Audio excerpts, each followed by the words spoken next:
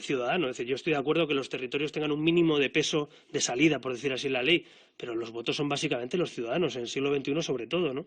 Así que me parece que dar una mayor proporcionalidad a la ley es otro tema pendiente. Y tercero, una injusticia que se ha producido en los últimos años, el voto rogado, el voto en el extranjero, pues prácticamente votar es un auténtico milagro, ¿no? Una especie de vía crucis, con burocracia, con dificultades, gente que se ha quedado sin votar, que nos estará escuchando incluso fuera de España o que ha estado fuera de España y que no ha podido votar. Esos 3 puntos a mí me parecen fundamentales.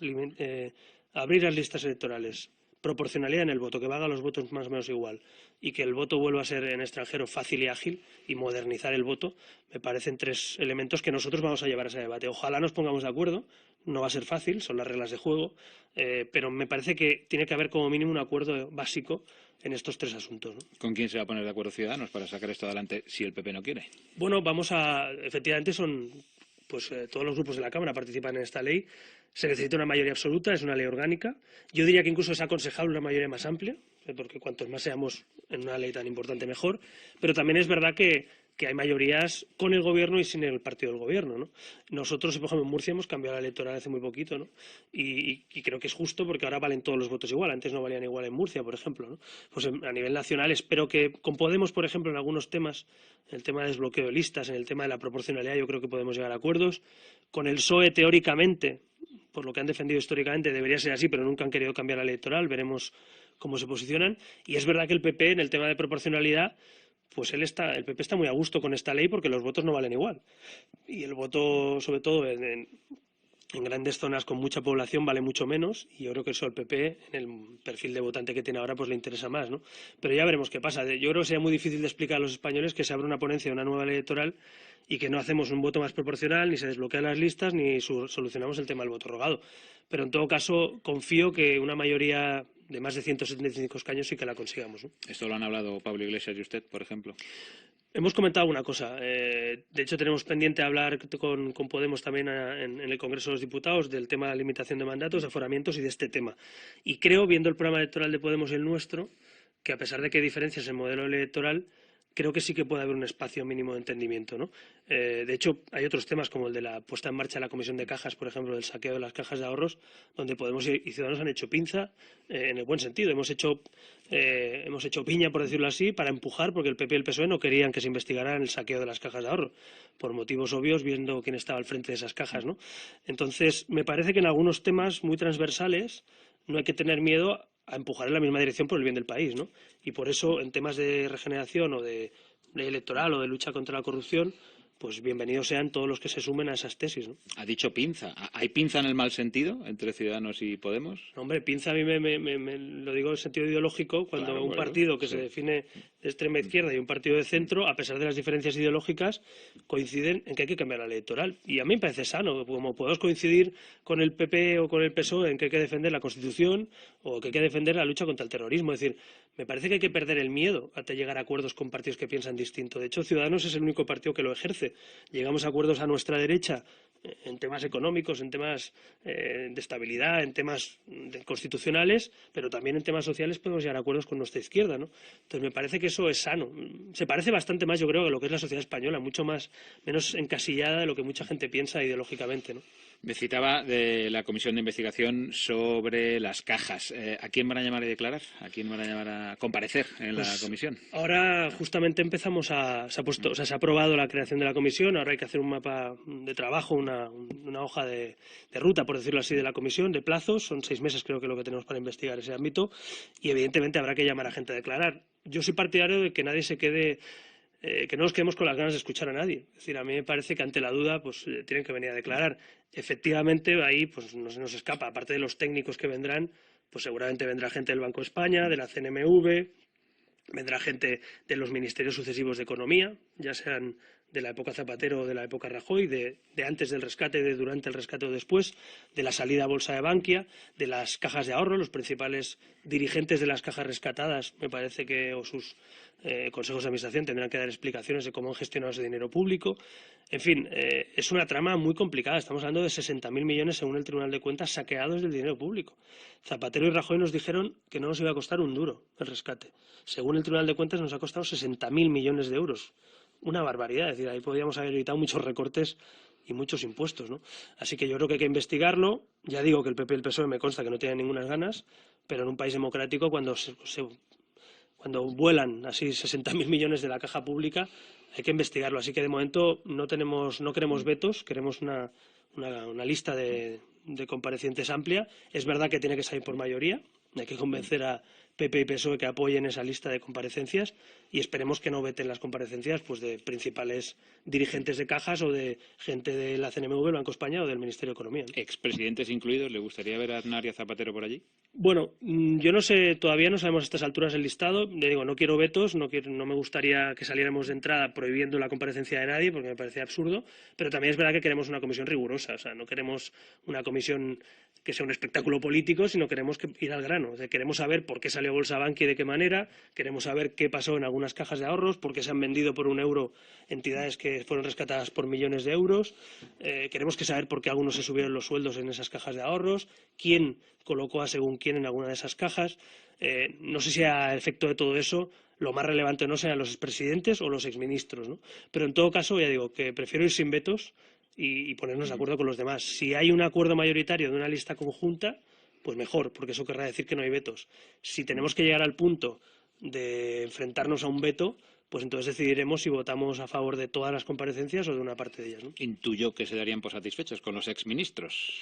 Es una Yo intuición. de momento ni siquiera he hablado, reconozco que no he hablado todavía con el equipo nuestro, aún no tenemos nombrado a los portavoces de la comisión y es un tema que tenemos que hablar, pero así, a bote pronto, creo que sin duda CNMV, Banco de España, o sea, reguladores, cajas de ahorros implicadas, rescatadas, junto a Ministerio de Economía, que es quien toma las decisiones directas de la salida a bolsa, por ejemplo, de Bankia o de otras decisiones en el Banco de España o la CNMV, como mínimo tienen que ir esas personas. Otra cosa es si vemos durante la comparecencia o incluso en la documentación que pidamos que eso son decisiones directas de un expresidente. Entonces habrá que pedir también la comparecencia. Pero por experiencia en comisiones de investigación, lo que hay que hacer es pedir el grueso de las comparecencias que son seguras, que tienen algo que contar, y luego en el decurso de la comisión a veces pasa que tiras del hilo y vas a otro compareciente o necesitas la otra comparecencia, ¿no?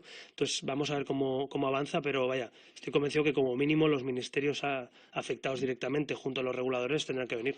Conflicto de los estibadores que previsiblemente este jueves llegará al Congreso de los Diputados para el debate de ese Real Decreto aprobado hace 2 viernes. De momento la huelga está paralizada. Hoy se produce una reunión en Madrid de la comisaria de Transportes y el ministro. ¿Cuál es la postura oficial de Ciudadanos al respecto? Bueno, en primer lugar, nos parece de sentido común que en vez de ir por la vía de un decretazo sin negociación colectiva y con prisas, pues se paralizara en su día el decreto y se pudiera abrir esa vía de negociación. Me consta que se está haciendo una mediación entre sindicatos y patronal para garantizar la máxima empleabilidad en ese sector, ¿no?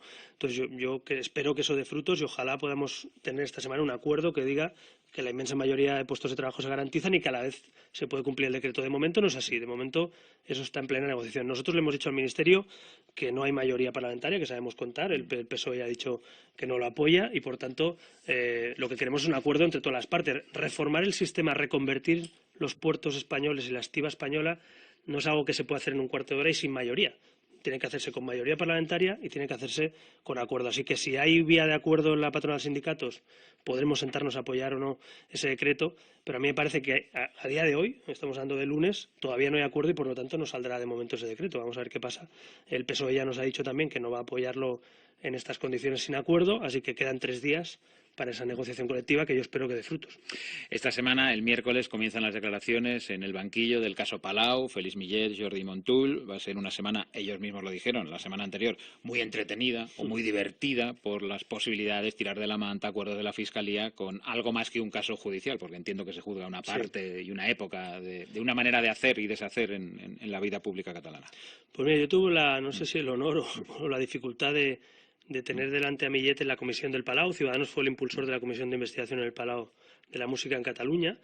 Y recuerdo que se lo puedo decir además a la cara, porque aunque él se acogió al silencio judicial que no contestan a ninguna pregunta, ¿no? Yo después de ver la documentación del Palau me di cuenta y nos dimos cuenta en Ciudadanos que el señor Millet no era el capo de la mafia de la trama del Palau y de la trama del 3%, que era una parte del engranaje, que era un comisionista, que era un señor que lavaba el dinero en el Palau de la Música de las mordidas de las obras públicas, ¿no? Pero realmente la trama era Convergencia. Y yo se lo dije, digo, es que a lo mejor usted no es el capo está en la Plaza Sant Jaume, ¿no? En donde está la Generalitat. Y efectivamente se ha descubierto con el paso de los años que la banda era Convergencia, la banda no era Millet ni Montull. Millet y Montull eran engranajes de esa banda, ¿no? Muy sofisticada, porque lavaban el dinero a través de donaciones al Palau de la Música, ¿no? Entonces, los Pujol se han comportado y Convergencia como una auténtica banda, la banda del 3%. Y llevan años y años. Y lo que más me sorprende es que a día de hoy, con las últimas investigaciones, en 2014, estos señores con la que está cayendo seguían pidiendo la mordida del 3 o el 4 o el 5%. Es decir, les daba igual la opinión pública, les daba igual los casos de corrupción, les daba igual que les hubieran pillado en el Palau. Y esto sí que es tremendo, ¿no? O sea, que Convergencia en el 2014 estuviera pidiendo mordidas, en ese caso que hemos visto en la famosa caja fuerte, ¿no? De Teico, ¿no? Bueno, a mí me parece que Convergencia es un partido que se está disolviendo. Se han intentado cambiar el nombre, yo creo básicamente porque tienen las sedes embargadas y manchados de corrupción. Hemos sabido que los extesoreros también, Viloca y Osácar, imputados. Varios miembros de la dirección muy cercanos a Artur Mas ahora acusan, algunos empresarios acusan directamente a Artur Mas de estar al corriente de las mordidas. Yo creo que Convergencia se ha comportado como una auténtica banda, eso se está investigando en sede judicial y creo que tiene bastante que ver con el cambio ideológico de Convergencia. Es decir, al ritmo que han ido las investigaciones de corrupción de Convergencia, se han ido convirtiendo al independentismo, al mismo ritmo. Es decir, Artur Mas no era independentista hace 4 años y ahora es el máximo defensor de la independencia. Yo creo que lo que busca es la impunidad judicial.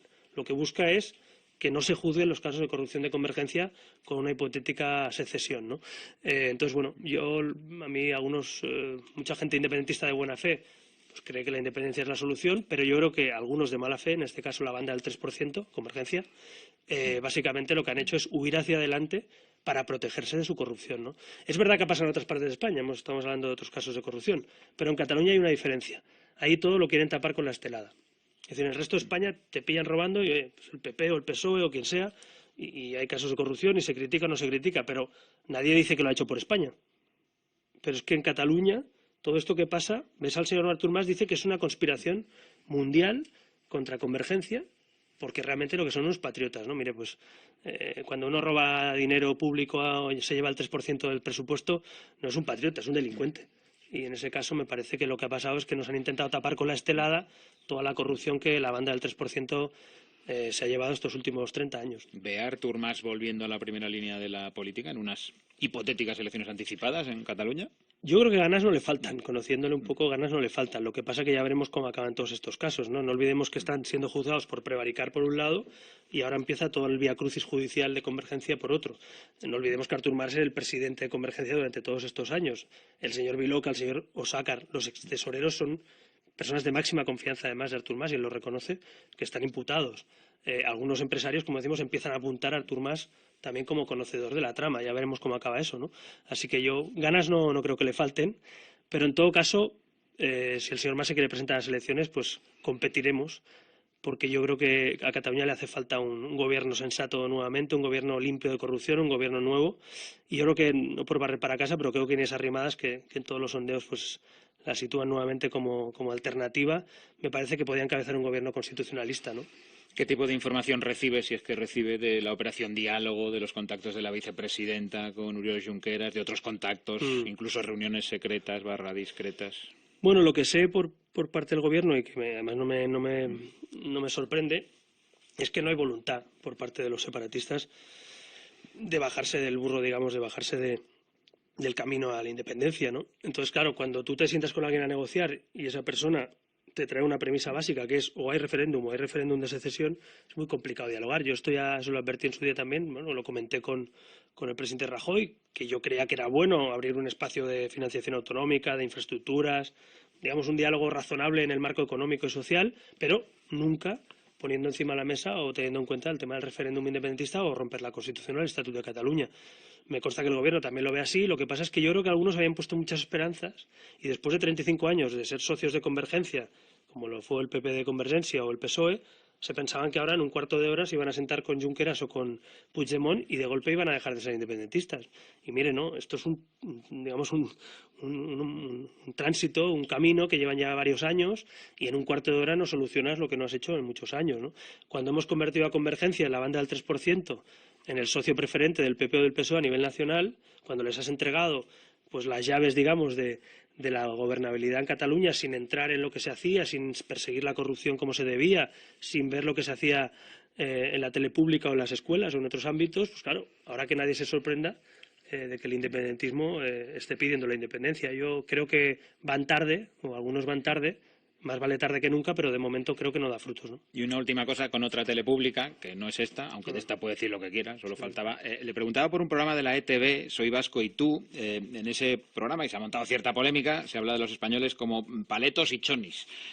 No sé si ha visto el programa, no sé si conoce la polémica y no sé si... Las náuseas solo me permitieron verlo un minuto más o menos. Pero vaya, 1 minuto y medio más o menos es lo que vi. Y vi algunas frases de las que ahí se producían. Luego he pedido un informe a mi equipo que me reproduzca un poco lo que ahí se veía. Y la verdad es que es vergonzoso. O sea, es vergonzoso que una tele pública sea racista, sea xenófoba y haga un programa de esa naturaleza. Yo creo que eso merece o la dimisión de quien haya autorizado ese programa. No sé si es el director del programa o el director de la cadena o quién ha autorizado esa barbaridad. No hay derecho que una tele pública se dedique a incitar el odio entre españoles, como lo hace esa tele autonómica, como lo ha hecho en ese caso. Es verdad que no es la primera vez, que hay otras teles, en Cataluña también lo hemos visto alguna vez que se han hecho barbaridades, ¿no? Pero esto me parece una gravedad. Yo llevo muchos años viendo también lo que hacen los independentistas en Cataluña y nunca había visto una cosa tan fuerte como esta, ¿no? Nosotros hemos pedido que la Fiscalía actúe, nos parece que puede haber incluso delito de odio, incitación al odio en ese programa, y de hecho no descartamos también tomar alguna iniciativa en el Congreso porque nos parece una gravedad extrema, es decir, estamos pagando teles públicas para que inciten al odio entre españoles, ¿no? Y eso me parece una gravedad extrema. Si lo hiciera esta casa, si esta casa hubiera hecho lo mismo que ha hecho la tele vasca, hablando de una parte de españoles, de los vascos o de cualquier otro lugar de España, con esa crueldad, ¿no?, como la que se habla en ese reportaje, sería absolutamente reprobable e insostenible, ¿no?, para esta casa. Pues lo mismo lo tiene que ser para la ETV y espero que se tomen decisiones en el marco de la televisión pública vasca y también si la Fiscalía ve algún delito en esos reportajes, ¿no? Albert Rivera, presidente de Ciudadanos, nuestro invitado hoy en las mañanas de Radio Nacional de España. Señor Rivera, muchas gracias. Buenos días, gracias. Muchas gracias, Albert. 9:43, 8:43 en Canarias.